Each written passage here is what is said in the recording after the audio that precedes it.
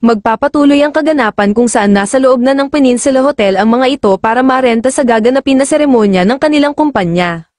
Masaya naman siyang kinausap ng tauhan sa hotel, sa isip pa nito na kasintahan ni Linyi ang babae kaya naman mas magiging mabait sila dito.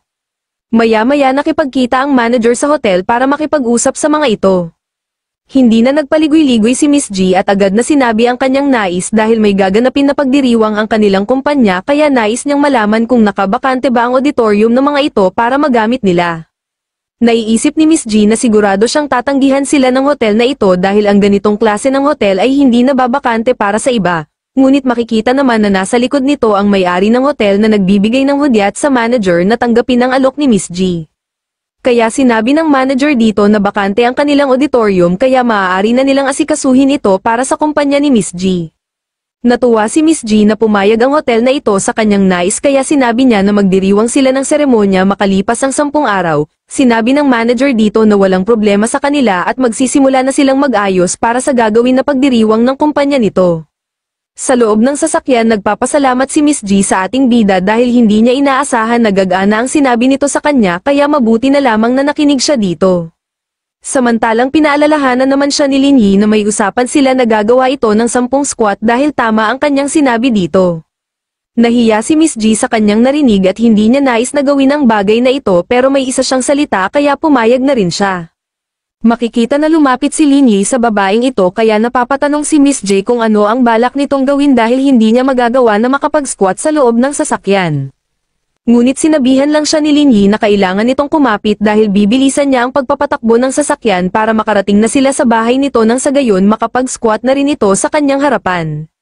Dahil sa narinig agad na ipinatong ni Miss G ang kanyang paa sa harapan para maghanda sa mabilis na pag-usad ng sasakyan, kaya pinatakbo na ni Linyi ng mabilis ang kanyang sasakyan, habang napapatanong si Miss G kung bakit parang hindi na makapaghintay si Linyi na makita kung paano siya mag-squat. Makalipas ang ilang sandali nakarating na sila sa bahay nito kaya nagtanong si Miss G kung nais na bang makita ni Linyi ngayon kung paano siya mag-squat. Agad na sumagot ng oo si Linyi at nagmungkahi na pakibilisan dahil may gagawin pa sila pagtapos. Sinabi ni Linyi na ngayon pa lamang niya gagawin ang squat kaya naman hindi dapat madismaya si Linyi kung sakali man na hindi siya magaling sa paggawa nito. Sinagot siya ni Linyi ng oo at hindi talaga siya madidismaya kahit na ano pa ang resulta ng squat nito. Dahil sa narinig agad na sinimulan ni Miss G ang kanyang unang squat sa harapan ng ating bida, makikita ang pagdurugo ng ilong ni Linyi dahil sa ganitong bagay lamang, habang nakakaramdam ng labis na hiya si Miss G dahil ngayon lamang niya ginawa ang ganitong bagay at ang mas nakakahiya na sa harapan pa ng lalaki niya ito ginawa. Nang bigla namang pumasok sa bahay ang ama ni Miss G na nagagalit na nagtatanong kung ano ang ginagawa ng mga ito. Nabahala ang dalawa sa kanilang nakita dahil alam nila na hindi maiintindihan ng lalaking ito na squat lamang ang ginagawa ni Miss G. Nagtanong naman si Miss G kung bakit nasa bahay niya ang kanyang ama, ngunit walang naging sagot sa katanungan nito kundi katahimikan lamang. Sabay nagtanong ang kanyang ama na saan ba dapat siya mapupunta, tanong pa niya na dapat na ba siyang tumira sa ilalim ng kotse simula ngayon. Pinaliwanag naman ni Miss G na si Linyi ang kanyang bagong yoga instructor at mali ang iniisip ng kanyang ama sa nakita nito. Hindi naman naniwala ang kanyang ama sa narinig dahil alam niya na hindi ganito ang ginagawa ng yoga instructor dahil nagkaroon na rin siya ng yoga instructor noon at malayo ang nakita niya sa kung paano dapat ginagawa ang yoga. Dahil dito ipinaliwanag ni Miss G na mas advanced na yoga na ang kanyang instructor na ito kaya mas kakaiba na ang itinuturo nito sa kanya, ngunit hindi na siya pinakinggan ng kanyang ama at nag-utos na tumahimik dahil nais niya na makipag-usap sa ating bida. Habang naiisip ni Linyi na mukhang maganda ang career na pagiging yoga instructor sa mga babae at nais niya na maranasan ito balang araw, natigilan naman siya nang bigla na lang tumabi sa kanya ang ama ni Miss G na may galit na muka. Nagtanong ang ama ni Miss G na kung sino ang ating bida at kung ano ang trabaho nito, na sinagot nito na siya si Linyi at isa siyang Uber driver. Hindi naman naniwala ang matanda sa kanyang narinig dahil imposible na umibig ang kanyang anak sa ganitong klase ng lalaki. Kaya napapatanong siya na kung anong klase ba ng sports car ang ginagamit nito sa trabaho nito. Tama naman ang sinabi ng matanda dahil gumagamit talaga siya ng sport car sa paggawa ng kanyang trabaho. Bigla namang bumait ang matanda sa ating bida dahil nakita niya ang magandang sasakyan sa labas na isang limited edition na pag-ani kaya naman makakahinga na siya ng maluwag kung sakali man na mapupunta ang kanyang anak sa lalaki na gaya nito. Naiisip naman ni Lin Yi na nais niya lang sana na panoorin kung paano mag-squat si Miss G pero hindi niya inaasahan na magiging kasintahan siya nito sa paningin ng matanda. Itinanggi naman ni Miss G na may relasyon sila ni Lin Yi, ngunit hindi na siya pinakinggan ng kanyang ama dahil halata naman na may relasyon ang dalawa kaya hindi niya maintindihan kung bakit kailangan pa nitong itago sa kanya ang lahat. Dagdag pa nito na dapat lamang na magpunta si Lin Yi sa kaarawan ng lolo ni Miss G para makita nito ang kanilang pamilya, sabay umalis na ito. Humingi ng tawad si Miss G sa ating bida dahil mali ang pagkakaintindi ng kanyang ama sa kanilang dalawa. Bigla naman siyang pinatungan ng ating bida at nagsabing gusto niya kung ano man ang iniisip ng ama nito sa kanilang dalawa, tanong pa niya na kung magpapatuloy na ba sila sa ginagawa nila kanina. Nagtanong naman si Miss G kung ano ang dapat nilang ipagpatuloy dahil hindi niya naiintindihan ang nais na gawin nito sa kanya, dagdag pa niya na mas maganda ang nais gawin ni Lin Yi kesa sa squat at hindi naman siya tutol sa bagay na ito. Ngunit binago niya ang kanyang sinabi dahil hindi niya dapat ibigay na lang ng basta-basta ang kanyang pagkababae sa iba. Ngunit pinaliwanag ni Lin Yi sa kanya na hindi niya nais gawin ang iniisip nito dahil nais niya lamang na ipagpatuloy ang squat gaya ng kanilang napagkasunduan. Nakonsensya si Miss G dahil sa kanyang narinig sapagkat iniisip niya na balak gawin sa kanya ni Lin Yi ang bagay na normal na ginagawa ng mag-asawa kaya natulak niya ito pero lumalabas na nais lang pala nito na ipagpatuloy ang squat na ginagawa niya kanina para matupad ang kanilang kasunduan. Nang bigla namang tumawag ang isang boss niya sa kumpanya dahil nais nito na makasama sa pagkain si Lin Yi kasama ng ibang empleyado, kaya napagdesisyonan ni Lin Yi na aalis na siya at saka na lamang nila ipagpatuloy ang ginagawa nila sa susunod. Makalipas ang ilang sandali nakarating na ito sa kainan kung saan siya inimbitahan ng kanyang boss. Sinabi ng kanyang boss na hindi niya kagustuhan na tanggalin sa trabaho si Lin Yi nitong nakaraan dahil ang kahusayan nito ay sapat na malaking tulong sa kanilang kumpanya kaya nais niyang i-promote ito sa posisyon na sales director, ang pangalan naman ng boss na ito ay Wang Ying. Samantalang nagalit naman ang isa sa narinig niya na sinabi ni Wang Ying dahil nagtrabaho rin naman siya ng mahusay sa kumpanya kaya siya ang mas karapat dapat na makakuha ng posisyon imbis na ang ating bida. Nagalit si Wang Ying sa sinabi nito dahil halata naman na mas maganda ang trabaho ni Lin Yi kesa sa dito kaya natural lamang na ito ang makakuha ng posisyon. Tinawanan lang naman siya ng lalaki dahil wala nang pakinabang ang promotion kung natanggal na ito sa trabaho. Dagdag pa nito na kung hindi siya malamang na ang katabi niya ang magiging sales director. Nagsaad naman ang katabi nitong hangal na alam niya na siya na ang susunod na sales director pero hindi naman nila kailangang agawin ang posisyon kay Lin Yi at hayaan na lamang nila na maging masaya ang tao na ito kahit na ngayon lang. Nagalit si Lin Yi sa kanyang mga narinig kaya nagtanong siya sa mga ito na kung pinatawag lang ba siya sa lugar upang sabihin ang mga walang kwentang bagay na iyon. Sinagot siya ng mga hangal na nagiging mabait pa sila na tawagin nila si Lin Yi dahil alam nila na wala na itong kahit na ano ngayon at wala na rin itong bahay kaya wala na itong mapupuntahan.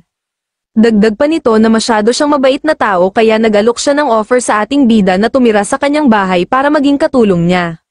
Hindi pumayag si Lin Yi sa walang kwentang alok sa kanya ng hangal dahil may trabaho na siya na maging Uber driver ngayong linggo. Natigilan naman sila nang may isang lalaki ang nagtatanong kung sino ang may-ari ng pag-ani sa labas ng restaurant. Nagtanong si Lin Yi kung anong meron sa kanyang sasakyan, na sinagot ng lalaki na nakaharang sa ibang sasakyan ang pag-ani na ito kaya nais niya sana nasabihan ang may-ari ng sasakyan na itabi ang kotse nito para makadaan ang iba. Habang makikita ang mga hangal na labis na namamangha sa kanilang nakikita na pag-ani dahil ang ganitong klase ng sasakyan ay para lamang sa mga sobrang yaman na tao at walang tsansa na magkakaroon sila ng ganitong uri ng sasakyan.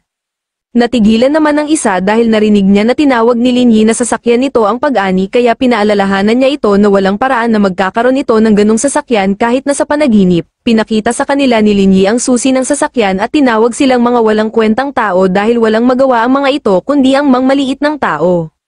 Bigla namang bumait ang isa sa mga ito nang makita niya na si Lin Yi ang may-ari ng sasakyan, pero nagtataka siya dahil sa pagkakaalam niya na maliit lamang ang sahod nito sa kumpanya kaya sa paanong paraan na nakabili ito ng ganong uri ng sasakyan. Sinabi nito na walang karapatan ang mga tao na kagaya ng mga ito na makatanggap ng sagot sa kanya, dahil mga daga lamang ang mga ito sa kanyang paningin. Sabay sinabi nito kay Wang Ying na wala na siyang gana na kumain pa kaya naman inalok niya ito na siya na ang maghahatid dito, na agad namang sinang-ayunan ni Wang Ying. Ngunit talagang makapal ang mukha ng isang lalaki na ito dahil nais nito na maging kaibigan si Lin Yi matapos nitong malaman na may-ari ito ng ganong uri ng sasakyan. Hindi siya pinansin ni Lin Yi dahil wala naman siyang pakialam sa lalaki na ito at ibinibigay na niya dito ang pagiging sales director dahil hindi naman niya kailangan ang posisyon na ito. Maya-maya umalis na ang mga ito sa lugar gamit ang kanyang magandang sasakyan, makikita ang labis na paghanga ni Wang Ying sa kanyang nakikita dahil matagal na niyang kilala si Lin Yi pero hindi niya naisip na mayaman pala ito pero nagtataka rin siya kung bakit mas pinili nito na maging Uber driver kahit na mayaman na ito. Sinagot siya nito na nais niya lang na maranasan ang mga nararanasan ng mga mahihirap dahil hindi siya gaya ng ibang mayaman na mahilig magpakitang gilas, dagdag pa niya na seryoso siya sa kanyang trabaho na Uber driver kaya nais niya na mag-book sa kanya si Wang Ying para magawa niya ng maayos ang kanyang trabaho. Agad na sumang-ayon si Wang Ying sa nais nito dahil naiintindihan niya kung paano mag-isip si Lin Yi at masasabi niya na ito lamang ang lalaking nakilala niya na may ganitong klase ng pag-iisip. Nagulat naman si Lin Yi dahil sinabi ng sistema na hindi na-trigger ang misyon dahil ang babae na nakasakay dito ay mayroon lamang na 84 points na kagandahan at ang requirements para sa misyon ay ang mga babae na may 85 points na kagandahan. Nagulat si Lin Yi sa kanyang nalaman dahil sobrang ganda ni Wang Ying kaya hindi niya alam kung bakit hindi umabot ng 85 ang rate ng sistema sa babaeng ito.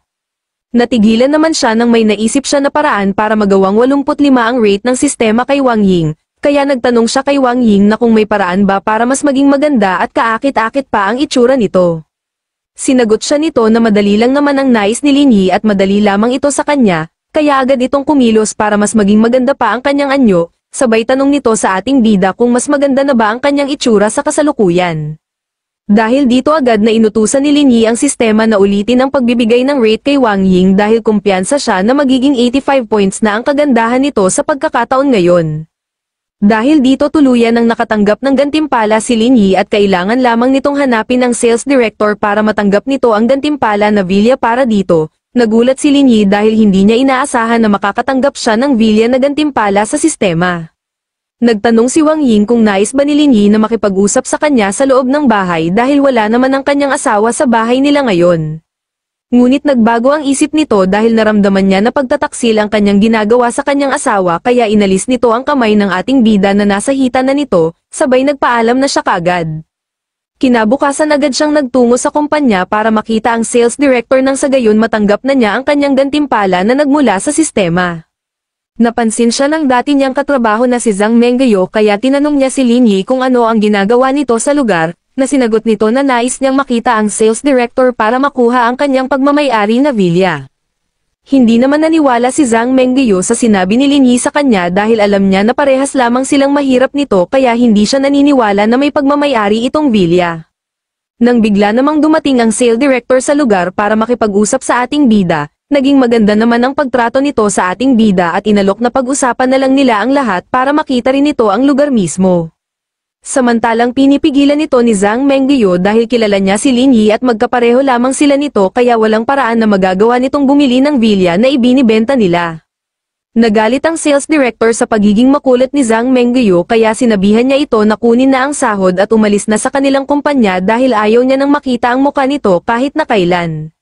Pinaliwanag naman ni Zhang Menggayo na hindi siya nagsisinungaling dahil matagal na niyang kilala ang ating bida at isang mahirap lamang ito na walang sariling bahay kaya imposible na magagawa nitong makabili ng villa. Dahil sa narinig ipinaliwanag ng sales director kay Zhang Menggayo na si Lin Yi ay bumili ng siyam na villa sa kanilang kumpanya kaya dapat lamang na magpakita sila ng respeto sa tao na ito. Hindi makapaniwala si Zhang Menggayo na ang dati niyang kasama sa trabaho ay may kakayahan na bumili ng maraming villa. Naalala rin niya na isa siya sa mga nang maliit sa ating bida nung mahirap pa ito. Ngunit ang hindi alam ng mga ito na ang sistema ang nagbigay sa kanya ng villa at hindi naman niya ito binili kaya talagang maswerte siya na magkaroon ng ganitong klase ng sistema. Humingi naman ng tawad ang sales director dahil sa kabastusan ng kanyang tauhan, paliwanag niya na masyadong napagod sa trabaho ang tauhan niya na ito kaya naman nakakapagsalita ito ng mga ganong bagay. Ayos lang naman ang nangyari sa ating bida dahil tinanggal na naman ito sa trabaho ang babae kaya sapat na itong kabayaran para sa kanya.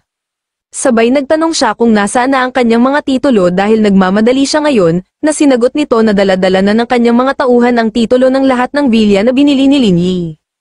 Matapos nito agad na niyang inilagay ang mga titulo sa kanyang sasakyan, nang bigla siyang nakatanggap ng mensahe mula kay Wang Ying na nagsasabing ang manager na nagtanggal kay Lin Yi sa kumpanya ay tinanggal na rin. Hindi makapaniwala si Lin Yi sa kanyang nakita dahil hindi niya alam kung bakit tinanggal ang mga ito sa trabaho dahil lang sa pagtanggal sa kanya ng mga ito, pero naisip niya na si Miss G ang may kagagawan nito dahil ito ang kanilang boss sa kumpanya. Kaya nagtanong siya kay Miss G kung ito ba ang nagtanggal sa manager na nag-alis sa kanya sa trabaho, na sinagot nito ng oo dahil inalam niya ang pagkatanggal ni Lin Yi sa trabaho at nalaman niya na hindi naman dapat ito tanggalin dahil wala naman itong ginawa na mali kaya tinanggal niya ang dalawang may galit dito sa kumpanya para mawala na ang galit nito sa nangyari. Nagtanong naman si Lin Yi na kung kanino naman ito nais ibigay ang posisyon ng bagong manager ng kumpanya, na sinagot nito na nais niyang ibigay sa ating bida ang posisyon na ito. Ngunit hindi pumayag si Lin Yi na maging manager dahil masaya na siya sa kanyang trabaho na Uber driver sa ngayon at nagrekomenda siya na ibigay na lamang ni Miss G ang posisyon kay Wang Ying. Sinunod ito ni Miss G dahil gagawin niya kung ano ang gusto ng ating bida, dagdag pa niya na hindi pa naayos ang kanyang sasakyan kaya nais niya sana na magpahatid sa ating bida. Nag-anunsyo ang sistema na kung makakatanggap ng maraming 5-star review ang ating bida ay makakakuha ito ng 200,000 na skill value. Dahil sa nakita kinausap niya si Miss G at nakiusap na magbigay ito ng 5-star review sa kanya. Sumang-ayon naman si Miss G sa sinabi nito pero sinabi niya na gagawin niya ito kung aalisin na ni Lin Yi ang kanyang parusa na siyam na squat.